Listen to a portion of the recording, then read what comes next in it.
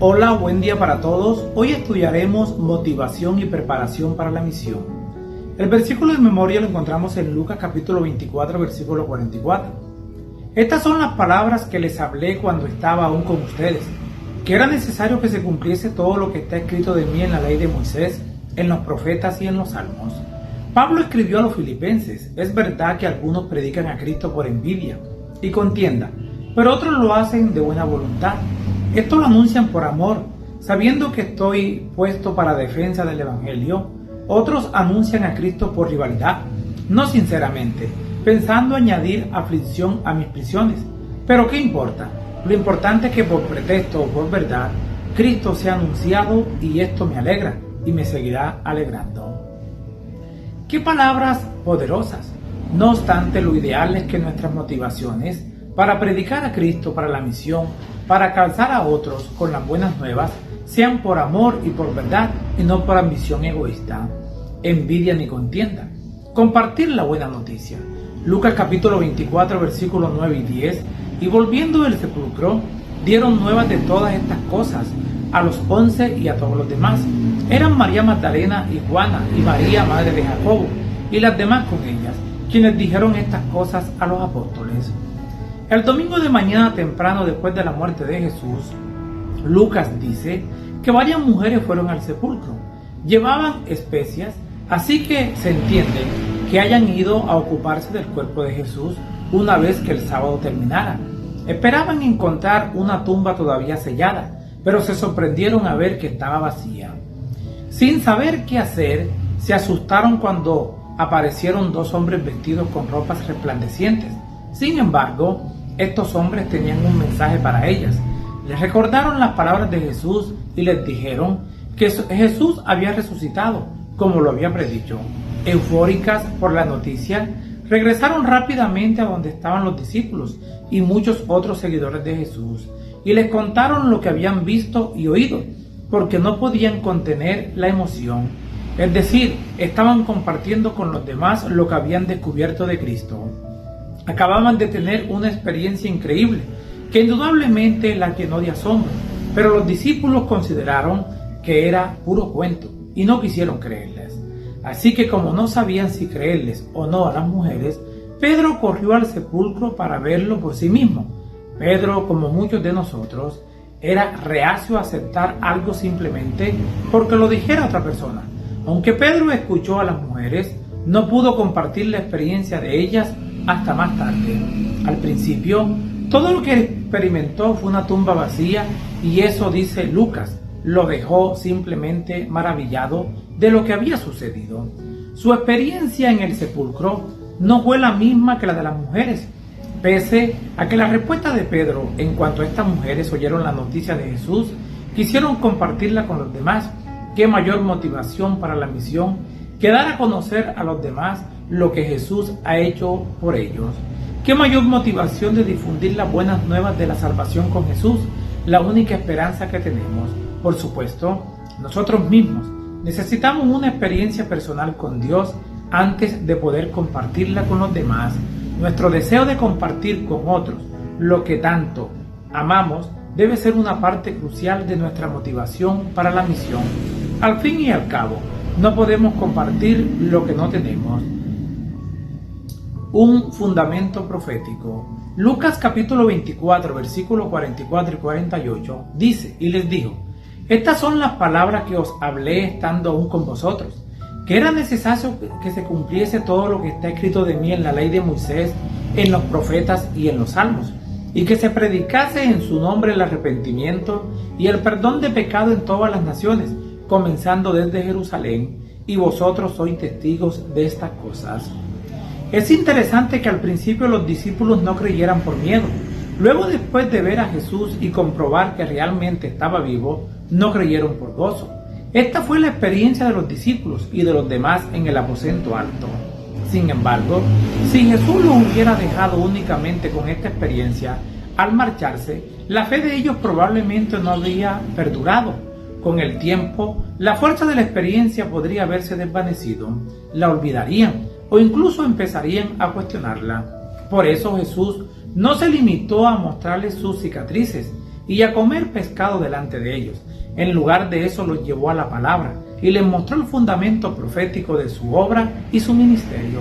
Es decir, por más intensa que fuera la experiencia que tuvieron con él, Jesús todavía quería que su fe se basara en la palabra de Dios.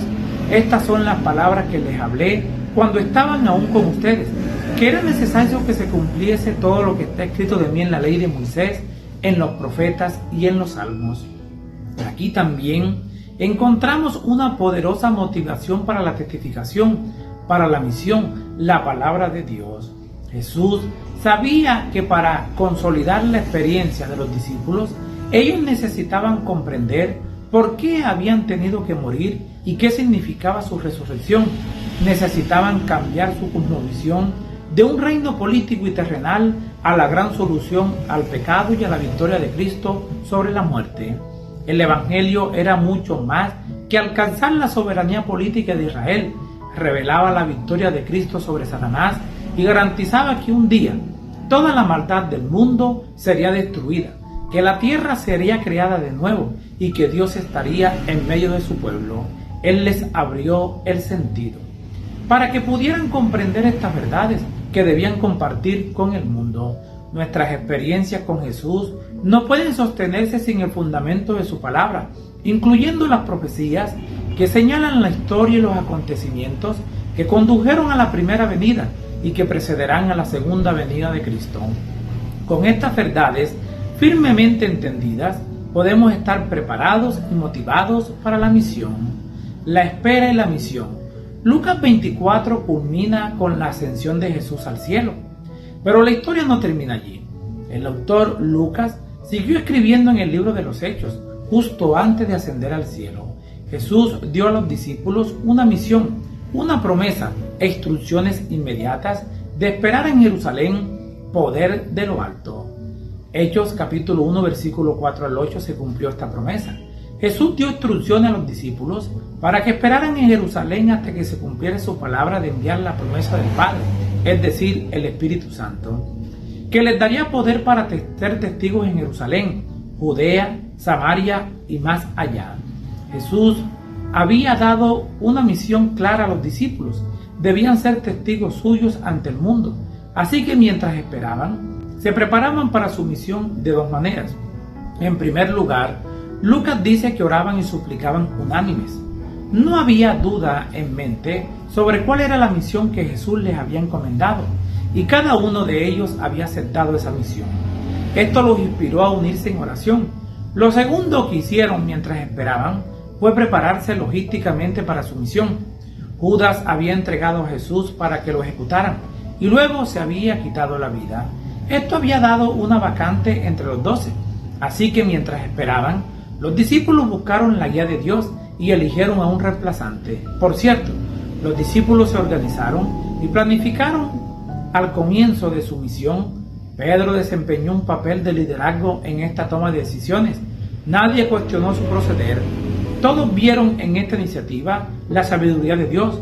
Todos comprendían y confiaban en que Dios estaba actuando y obrando y moviéndolos en medio de ellos. El tiempo de espera no fue ocioso, sino que estuvo lleno de propósito y de actividades impulsadas por la misión. Mientras esperamos el derramamiento del Espíritu Santo para que nos ayude a completar la gran misión de Dios, debemos unirnos para animarnos mutuamente y orar por el Espíritu Santo de Dios. Además, debemos alinearnos personalmente y como iglesia con la prioridad de Dios, la salvación de los perdidos. Ustedes lo crucificaron.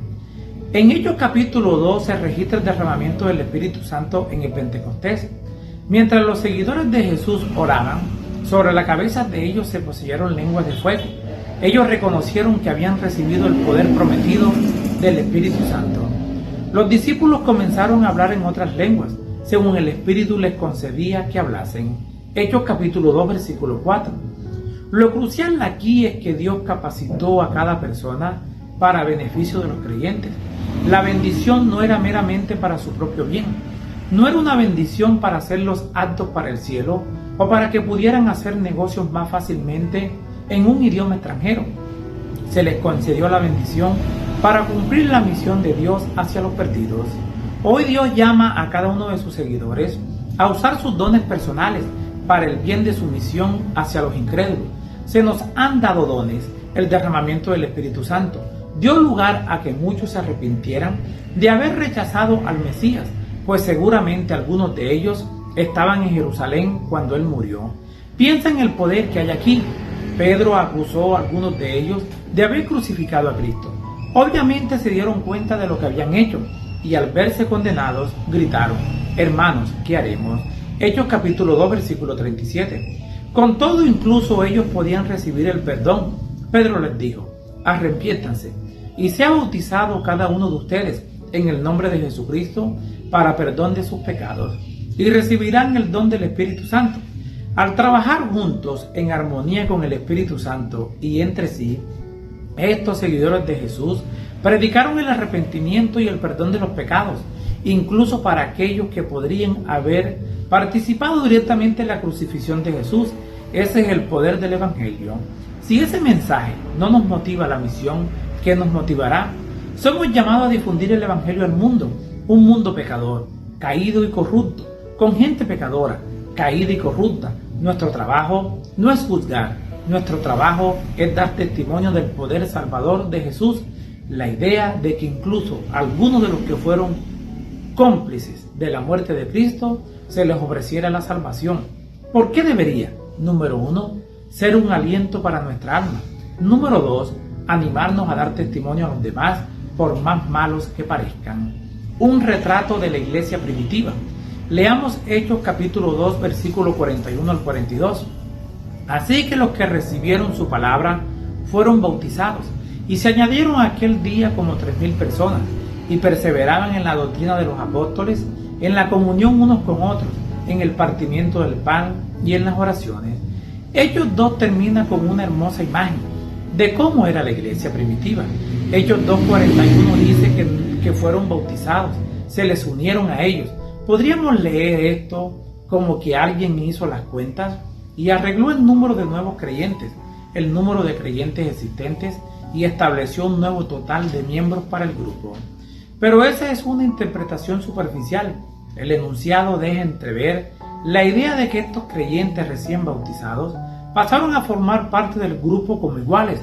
En tanto, una función central de la iglesia cristiana primitiva era el del discipulado. A medida que se añadieron nuevos miembros, se les discipulaba de 3 maneras. En primer lugar, se les seguía impartiendo la doctrina y la comunión de los apóstoles. La palabra doctrina y comunión en este texto significan literalmente enseñanza y camaradería. La predicación de los apóstoles confrontaba creencias incorrectas y ofrecía nuevas explicaciones para lo que la gente vivía y experimentaba, pero no les enseñaba cómo hacer realidad esa nueva verdad en su vida. La aplicación de la verdad a la vida personal se daba mediante el vínculo como parte del grupo. Los nuevos creyentes eran discipulados en forma cuidadosa y determinada mediante la enseñanza directa, como así también mediante la participación de la vida diaria de los demás creyentes, todo bajo la supervisión y el liderazgo de los apóstoles, que eran espiritualmente maduros y bien fundados. Es una predicación pobre la que dice a la gente qué hacer, pero no cómo hacerlo. Aunque leamos libros prácticos o escuchemos sermones que expliquen cómo hacer las cosas, no hay nada mejor que ver a la gente en acción y luego imitarla. Pablo lo sabía y ordenó a sus seguidores que lo imitaran a él, así como él también imitaba a Jesús. Primera de Corintios capítulo 11 versículo 1. Cuando los demás puedan verte a ti y la realidad de tu experiencia con Cristo, eso los impactará a ellos también. Les habló Flavio Martínez. Que la paz de Dios les acompañe en este día.